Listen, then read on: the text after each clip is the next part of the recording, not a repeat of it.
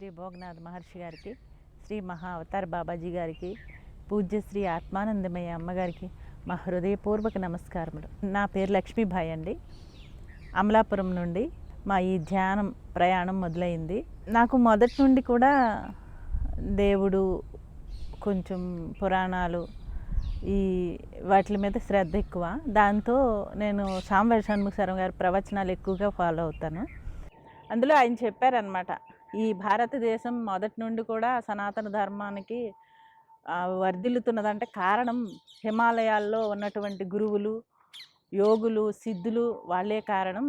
మీకు తెలుసుకోవాలని శ్రద్ధ ఉంటే చదవండి హిమాలయాస్ గురూస్, ఒక యోగి ఆత్మకథ, అలా అని చాలా బుక్స్ గురించి చెప్పారు. అంతకుముందే నేను ఒకసారి విశాలాంధ్ర బుక్ స్టాల్లో యోగి ఆత్మకథ బుక్ చూశాను అనమాట. చూశాను కానీ నాకు తెలియని కారణం వదిలేసి వచ్చాను.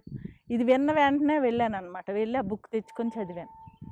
ఆ బుక్ తెచ్చుకొని చదువుతుంటే చాలా ఆనందంగా అనిపించేది. ఒకసారి అందులో రాజవిద్య, రాజగుహ్య యోగము, క్రియాయోగా అని చెప్పారు.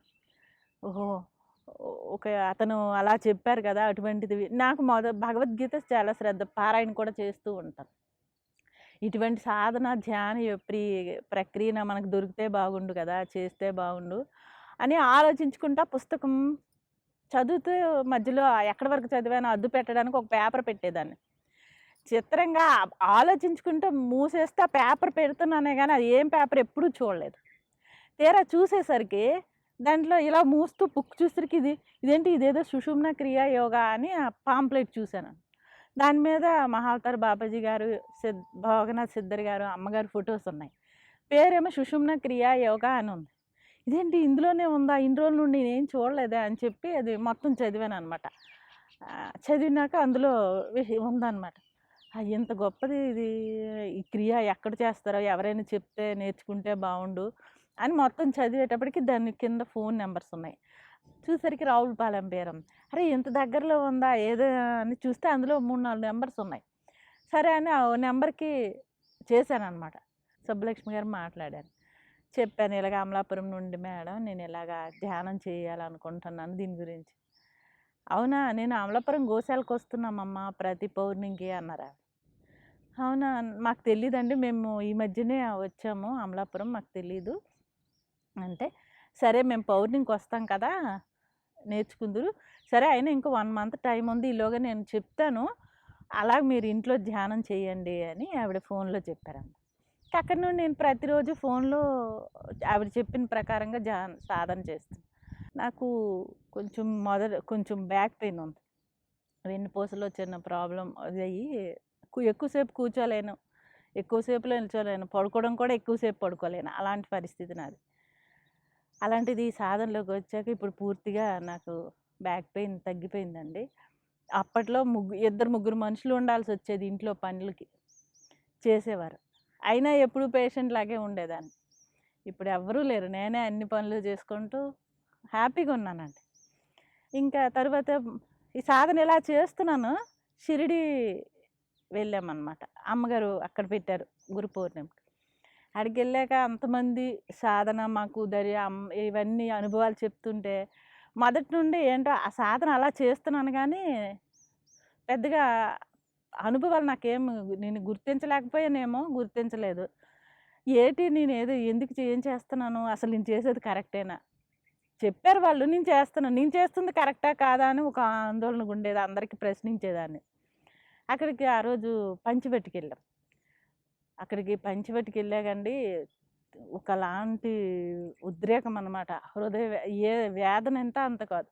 ఇంకా అలా ఏడుస్తూనే ఉన్నాను అనమాట. చుట్టుపక్కల ఉన్నటువంటి వాళ్ళు, ఎందుకమ్మా అలా ఏడుస్తావు, సాధన నువ్వు చేస్తున్నావు కదా, ఏ అనుభవాలు కాదు సాధనకి, అదేం కాదమ్మా నువ్వు అలా అనుకోకు అని ఎవరు ఎన్ని చెప్పినా ఇంక ఎంతసేపు పాపం పక్కన ఉన్న వాళ్ళు చెప్పి ఇంకా వాళ్ళు ఏం చెప్పలేక అలా ఊరుకున్నారనమాట. అంత ఉధృతమైన దుఃఖం వచ్చేసింది. అయిపోయింది. అమ్మగారు ఆ రోజు చెప్పారు, అన్నీ బాగానే జరిగాయి. ఇంటికి వచ్చాక ఎందుకో ఏ స్థితిలో మరి మా భావం వచ్చిందో తెలియదండి, ఒకలాంటి నిశ్చల స్థితి అనమాట. సాధన చేయడం నా పని, అది ఏంటి ఎలా ఏంది అనేది చెప్పారు అమ్మగారు, ఎలా చెప్పారో అలా చేయడమే నా పని. ఒకవేళ నాలో చేయడంలో ఇబ్బందులుంటే చేయలేని పరిస్థితి ఉంటే గురువులు చూసుకుంటారు అని ఒక నిలకడ వచ్చేసింది. ఇప్పుడు ఇంకా ఏ ఆలోచన రాదు, ఏ ఆందోళన రాదు. ఏదొచ్చినా వాళ్ళు ఉన్నారు నాకేంటి అన్న భావమే. నాకు ఆ భావంతోటే ధ్యానం ఇప్పుడు అలా చేసుకుంటున్నానండి. అది నా ఆనంద స్థితి. ఇప్పటికైనా, అప్పుడైనా. స నాకు అనుభవం ఇదేంటంటే, నేను జ్యోతిష్యం చూస్తాను, చెప్తాను. అది నాకు ఒక వచ్చిందనమాట. ఒక వంశపారంపర్యంగానే మా మా తాతగారు, మామయ్య గారు, ఆయన తర్వాత మేము అలా నేర్చుకున్నాను, వచ్చింది. ఎవరికైనా పీరియడ్స్ అవి చెప్తాను. నాకే బ్యాడ్ పీరియడ్ స్టార్ట్ అవుతుందని నాకు తెలుసు. నేర్చుకున్న తర్వాతే నాకు తెలిసింది పీరియడ్‌లో నాకు బాగోదు అని. అయితే ఆ పీరియడ్‌లో ఏంటి జాగ్రత్తలని తెలుసుకోగలం గానీ, అది ఆపలేము కదా! కరెక్ట్‌గా కాశీ వెళ్ళాము. వస్తాము. ఆ టైంలోనే నాకు పీరియడ్ మారిందనమాట. మారింది. ఇది ఎలా ఉంటుందంటే మారుతుంది, బాగుంది, బాలేదు వరకు చెప్పగలమే కానీ ఇది ఎలా ఉంటుందని ఎవరము చెప్పలేము. కాశీ నుండి దర్శనమయ్యి అమ్మగారు పూజ అన్నీ అయినాక వస్తున్నాం. వస్తూ ఉంటే ఎక్సలేటర్ ఎక్కాను. విజయవాడ విజయ్ రైల్వే స్టేషన్‌లో ప్లాట్‌ఫార్మ్ నుండి కిందకొచ్చేటప్పుడు ఎక్సలేటర్ ఎక్కాను లగేజీతో స్కిప్ పాటు. అయిపోయాను. చిత్రం ఏంటంటే మా వాళ్ళు ఎవరు ఎక్కలేదు. నేను ఒక్కరితోనే ఎక్కాను. ఎక్కి ఒక 5, 6 మెట్లు వెళ్ళిపోయింది. వెళ్ళిన తర్వాత సడెన్‌గా నేను మరి పక్కనున్న దాన్ని పట్టేసుకున్నానో ఏంటో నాకే తెలీదు. తూగిపోయాను. ఆ తూగిపోవడం అలా, అలా, అలా పడుతూనే ఉన్నాను. ఇది పైకెళ్తూనే ఉంది. నేను పడుతూనే ఉన్నాను. ఇంచుమించుగా 5, 6 రౌండ్లు అలా పడిపోయాను. చూసేవాళ్ళు ఆశ్చర్యం. ఇంకా దాన్ని ఎట్లా ఎవరు ఆపలేరు, ఏమి చేయలేరు. ఆపేవాడు ఉంటాడంటే ఎవ్వరు లేరు. నేను ఇంకా అలా పడిపోతూ, పడిపోతూ ఉండడం చూసి మా బాబు కంగారుగా పరిగెత్తుకు పైకొచ్చాడు. ఈలోగా అప్పటికే నేను 5, 6 రౌండ్లు దొర్లిపోయాను. ఎవరో వచ్చారు, మొత్తం కేకలు పెడితే ఎవరో వచ్చి ఆఫ్ చేశారు, అయింది. ఇంక మా బాబు వచ్చి చేయి పట్టితే లేసిపోయాను, వచ్చేసాను. ఎంత చిన్న ఇక్కడెక్కడో చిన్న గాయమైందండి అంతేనే. అంతే. లేసి మామూలుగా నేను వచ్చేసాను. అసలు అంత ప్రమాదం అనేది అది చాలా ప్రమాదకరమైన పరిస్థితి. అది ఒక ప్రాణగండం నుండి అది గురువులు, దైవం నన్ను అలా కాపాడి తీసుకొచ్చాడు. అక్కడికి ఇంచుమించుగా ఒక వారం రోజులే గ్యాప్‌లో ఇంట్లోనే అది అసలు చాలా ప్రమాదము. కానీ ఎవరికీ తెలియని ప్రమాదం అనమాట. బాత్రూమ్ నుండి బయటకొస్తాను. మా బాత్రూమ్ కొంచెం ఎత్తు. నేను దిగి రావాలి. అలా వస్తూ ముందుకొచ్చి జారి పడిపోయాను.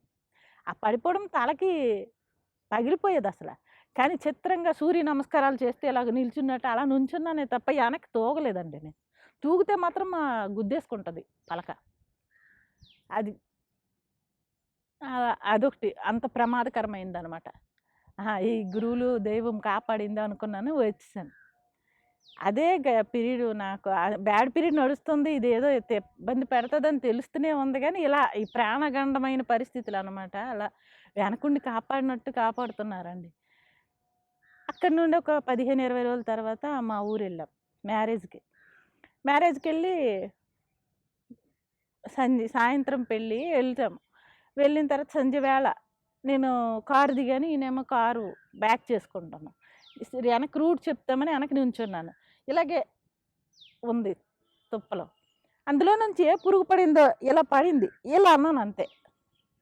ఇక్కడ కుట్టేసిందండి. ఇలా అన్నాను, అది ఇలా కుట్టేసింది. అది పోయి అది ఏం పడిందో, ఏం ఎగిరిందో కూడా తెలియలేదు నాకు.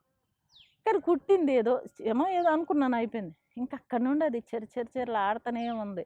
ఏదో అవుతుంది అంటున్నాను. అలా అక్కడ వాళ్ళంతా బంధువులు, పలకరింపులు, పెళ్ళికి వెళ్ళటం అన్నీ అయిపోయినాయి. అక్కడికెళ్ళి భోజనం చేసేసాను. ఎవరో తెలిసిన వాళ్ళ ఇంటి దగ్గర కాసేపు కూర్చున్నాము. అక్కడి నుండి బయలుదేరి వచ్చేటప్పుడు ఇంకా మాట్లాడుతుంటే ఈయన వద్దండి వెళ్ళిపోదాం, ఇదేదో ఇబ్బంది పెడుతుంది, మనం ఇంటికి వెళ్ళిపోదాం. అప్పటికి 2 గంటలు అయిందండి. ఇది కుట్టి 2 గంటల కాలం అయింది. ఇబ్బంది అవుతుంది, అలాగ వెళ్ళిపోతుంది పని చేసుకుంటా. ఇంటికి వచ్చాం. ఇంకా అప్పుడు మొదలుపెట్టింది, చెయ్యి వాయడం మొదలుపెట్టేసింది బాధ. ఇంకా దాంతో మా బావగారు వాళ్ళు చూసి, అమ్మ ఏంటి ఇది ఇలా వాస్తుంది, ఇదేదో తేడాగా ఉంది, మా ఊర్లో పాము అంటే పొలాలు అన్ను కదా, పాములు వాటికి మందులేస్తుంది ఆవిడ. ఇక్కడికి వెళ్ళి ఏదైనా విషకు సంబంధం అయితే ఒక మాత్ర ఇస్తే ఆవిడ వేస్తే ఈ ఇబ్బంది ఉండదు, వెళ్ళు అని చెప్పారనమాట. ఆయన మా అన్నయ్య తీసుకొని వెళ్ళాడు. వెళ్ళిన తర్వాత ఆవిడ చూసి మెడిసిన్ ఇచ్చింది. కూర్చోబెట్టి నేను చెప్పినవన్నీ విని మందిచ్చి ఇంకా ఆవిడ అలా మాట్లాడుతూనే ఉందండి నాతో. గంటన్నర సేపు నాతో మాట్లాడుతూనే ఉంది. మాట్లాడుతుంది ఎలా ఉంది అని అడుగుతూనే ఉంది. దాన్ని బట్టి అలా చెప్తున్నాను. నేను ఇంక ఇవన్నీ మాట్లాడుతున్నాను అనమాట. ఈ దేవుడని అవని ఇవని ఆవిడతో. కాది బాగా తగ్గి నేను కొంచెం ఫ్రీ అయినాక అప్పుడు చెప్పిందనమాట. అమ్మ నీకు ఇది సామాన్యమైనది కాదు. ఆవిడ 3 సార్లు మెడిసిన్ ఇచ్చిందండి. ఒక్కసారికి తగ్గిపోవాలి. నీకు 3 సార్లు ఇచ్చాను నేను. సామాన్యమైన పురుగు కాదు ఇది. ఏదో భయంకరమైన విషమైన పురుగే. అసలు అది ఏదైనా ఇలా కుడితే మంచినీళ్ళు కూడా తాగకూడదు. నువ్వు అలాడితే భోజనం చేసేసి కుట్టిన 2 గంటల దాకా నువ్వు పట్టించుకోకుండా ఉన్నావు. నిన్ను ఎవరో కాపాడుతున్నారు, ఏ దేవుడో నిన్ను కాపాడుతున్నాడు అనేసి ఆవిడ ఆశ్చర్యపోయిందనమాట. అనుకున్నాను. అయిపోయింది. ఆ తర్వాత మెడిసిన్ వేసుకున్నాం. తెల్లారి ఫ్రీ అయిపోయింది. శివాలయంకి వెళ్ళి దర్శనం చేసుకొచ్చేసాను. అయిపోయి ఇక్కడికి వచ్చి అమలాపురం వచ్చాక సుబ్బలక్ష్మి గారు ఫోన్ చేశారు. లక్ష్మి గారు ఎలా ఉన్నారు అని. బాగున్నాను అక్క. ఏంటి అంటే ఏం లేదు అమ్మగారు అక్కడ అమలాపురం వాళ్ళు ఎలా ఉన్నారో కనుక్కోమ్మా అంటున్నారు. అప్పుడే 2 సార్లు చెప్పారు. అమలాపురంలో ఆవిడ వాళ్ళు ఎలా ఉన్నారు వాళ్ళు ఎలా ఉన్నారో అడుగుతున్నారు. అయితే నాకు అనిపించింది, ఓహో ఇదంతా ఈ సాధన గురువులు మనల్ని ఇలా కనిపెట్టుకుని అనుక్షణం కాపాడుతున్నారు. గురువుల రక్ష ఇలా ఉంది అని నాకైతే చాలా ఆనందం అనిపించిందండి. ఆ పీరియడ్ టైంలో అయితే ఎన్నిసార్లు అమ్మగారు కళ్ళలో కనిపించారు. అది దగ్గర 3 ఏళ్ళ పీరియడ్. చాలా ఇంట్లో చికాకులు పడ్డాంలేండి. ఆ చికాకులు ప్రతిసారి అమ్మగారు కళ్ళలో కనిపించటం ఏదో ఒక రకంగా చెప్పిన అవి ఏం మాటలు చెప్పేవారో నాకు పెద్ద స్పష్టంగా తెలిసేది కాదు. కానీ అమ్మగారే దాటించేశారు. కానీ నేనేదో ధైర్యంగా ముందుకెళ్ళిపోతున్నానన్న ఫీలింగ్ నాకే మిగిల్చారు. ఏంటంటే నేను సాధనలోకి వచ్చాక మా అన్నయ్యకి చెప్పేదాన్ని, చాలా బాగుంది అన్నయ్య నువ్వు చెయ్యి అని. మా అన్నయ్యకి చెప్తే ఎక్కడ నేను చేయగలను, ఆయన టీచర్ అనమాట. నేను ఎక్కడ ఇవన్నీ చేయగలనమ్మా అనేసి అనేవాడు. వినలేదు. ఒకసారి వేసవి సెలవులకి వెళ్ళిన టైంలో ఇంచుమించుగా 2016-17 ఆ టైంలో ఆయనకి విపరీతమైన బ్యాక్ పెయిన్ వచ్చింది అనమాట. నడుము పట్టేస్తుందని ఊపిరి తీయడానికి కూడా కష్టపడేవాడు. అక్కడ ఉండి నేను ఇంకా అలాగే ఎందుకురా నువ్వు ఎంత బాధపడుతున్నావు, సాధనలో చాలా బాగుంటుంది అన్నయ్య, నువ్వు అసలు చేయటం లేదు వినడం లేదు నువ్వు అంటే ఆ రోజు కొంచెం ఇంజెక్షన్స్ అవి చేసాక కాస్త ఫ్రీగా ఉన్నాడు. సరే నువ్వు ఎప్పటి నుండో చెప్తున్నావు మంచి రోజు చూడు చేద్దామని. ఆ రోజు జ్యేష్ఠ పౌర్ణమి. ఇంకా మంచి రోజు ఏంటి ఈరోజు పౌర్ణమి, పద ధ్యానం చేద్దామని అని అలాగే వెళ్ళామన్నమాట. మా తోటలో మామిడి చెట్టు కింద కూర్చొని ధ్యానం చెప్పాను. ఇంకా ఆ రోజు నుండి ఆయన మొదలుపెట్టి ఇప్పటికీ మానలేదండి, కంటిన్యూ చేస్తాం. మనం ఈ సంక్రాంతి గురువులు చెప్పిన టైంకి ఇంచుమించుగా 2 ఏళ్ళ కాలం నుండి ఆయన ఒక్కడే చేసేవాడు. నేను చెప్పాను, ఆ తర్వాత నేను ఎప్పుడు వెళ్తే కలిసి చేసేదాన్ని, లేనప్పుడు ఆయన ఒక్కడే చేసుకునేవాడు.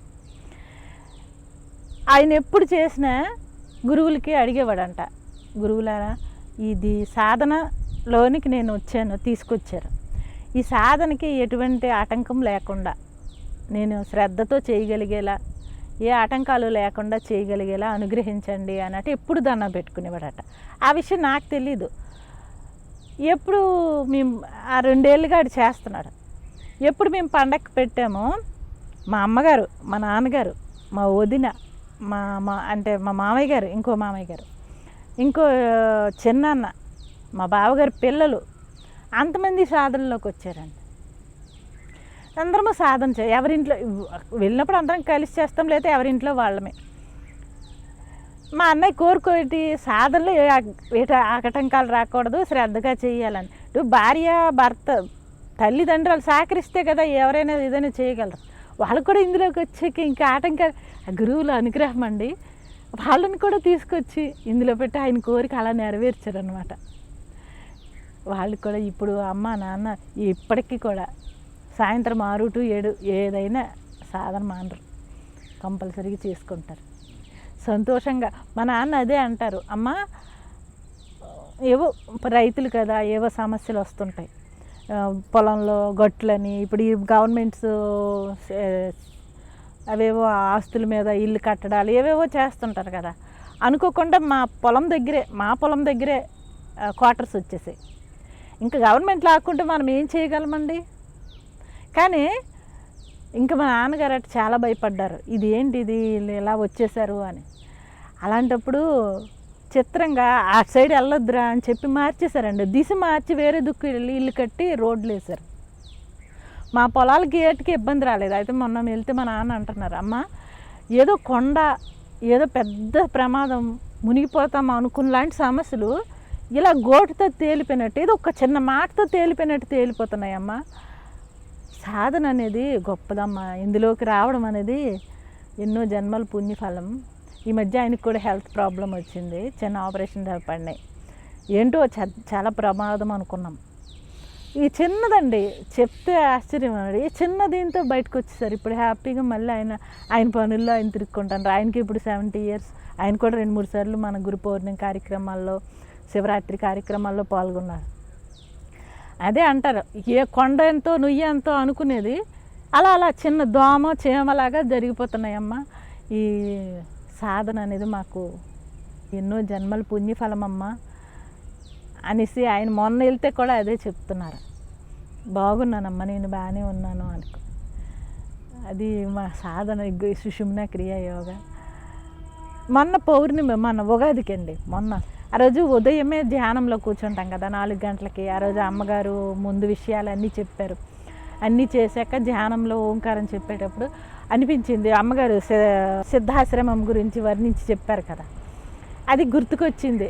ఓహో, ఈరోజు ఈ సిద్ధాశ్రమంలో గురువులు, యోగులు ఈ లోక కళ్యాణం కోసం ఎంతమంది సాధన చేస్తుంటారు, వాళ్ళంతా చర్చించుకుంటుంటారు అన్నమాట అనుకుని మనసులో అనుకొని దండం పెట్టుకొని, అమ్మ ఈ పొద్దు ఈ సాధనలో మేము ఉండబట్టి అటువంటి మహాత్ములు సన్నిధిలో మేము ఉన్నట్టే కదా అని భావం వచ్చింది. వచ్చి దండం పెట్టుకుని అలా కూర్చున్నాను ధ్యానంలో. ఆ ధ్యానంలో నాకు ఎప్పుడు పెద్దగా అనుభవాలు ఏం రావండి. సాధారణంగా ధ్యానంలో కూర్చొని అమ్మగారు ఆజ్ఞాచక్ర స్థానంలో దృష్టి పెట్టండి అన్నాక సరే ఇంకేం ఉండదు, బ్లాంక్ అయిపోతుంది. ఓకే అని అమ్మగారు చెప్పడానికి జస్ట్ ఒక 10-15 సెకండ్స్ ముందే నేను బాహ్య స్మృతిలోకి వస్తాను, లేచిపోతాను, అంతే, అయిపోయింది, అప్పుడే టైం అన్నట్టే ఉంటుంది. ఎప్పుడు నా స్థితి అదే. పెద్ద అనుభవాలు ఏం ధ్యానంలో నాకు తెలియవు. ఇవన్నీ కూడా నా జీవితంలో అనుభవాలే. నా బ్రతుకులో బాగా గురువులు ఎన్నంటూ ఉండే స్థితే ఇదంతా.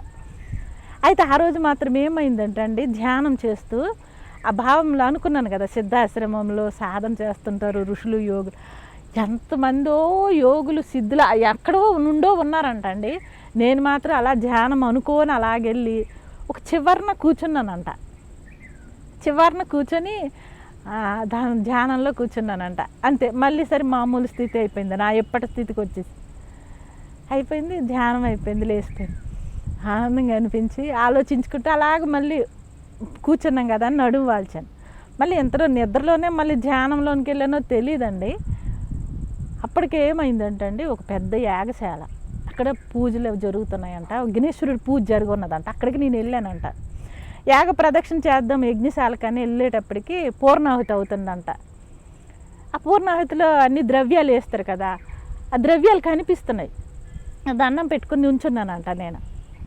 ఈలోగా పరమాచార్యులు లాగే ఉన్నారండి శంకరాచార్యులు, ఆ ముసుగు ఆ గురువు దేవే, వాళ్ళేమో దండం పట్టుకొని వస్తున్నారంట. ఎదురు గురువులకు చూసి నమస్కరించుకొని అలా నుంచున్నానంట నేను. ఆయన అలా నడుచుకుంటూ వెళ్ళారంట, నేను అలా నుంచున్నాను. గురువులు వచ్చారు, దర్శనం అయింది అనుకొని ఒక దగ్గర ఎక్కడ కూర్చున్నాం మేమంతా. కూర్చుంటే ఎవరో కుర్రోడు వచ్చి ప్రసాదం అమ్మ అని చెప్పి ఇచ్చారంట. లడ్డూను ఒబ్బట్లు లాంటిదండి, అది చిన్న వేడి ఉందండి. ఆవిడ ప్రసాదం తెచ్చి చేతిలో పెట్టారంట. అది చిన్న వేడిగా ఉంది. ఆ వేడి అంతసేపు నా చేతులకి బయటకు వచ్చి నాకు తెలుస్తుందండి. తీసుకుందామని ప్రసాదం తీసి బ్యాగ్లో పెడితే కొద్దిగా నోట్లో కూడా పెట్టుకున్నానంట. అది మన ఉగాది రోజు అండి. ఎంత ఆనందం వేసిందంటే, ఇదంతా మామూలు మానవులుగా మన సాధ్యమా అండి? ఈ సాధనలో ఉండబట్టే కదా, ఈ గురువుల అనుగ్రహం ఉండబట్టే కదా. ఇప్పుడు కూడా మేము అమ్మగారిని, అదేవిధంగా పరమ గురువులని కోరుకున్నది ఏంటంటే, ఈ సుషుమ్న క్రియా యోగా నిరంతరం నిరాఘాటంగా జరగాలి. మరి కొంతమందికి మేము చెప్తే శక్తిని మాకు ఇవ్వాలని ప్రార్థిస్తూ సెలవు తీసుకుంటాం.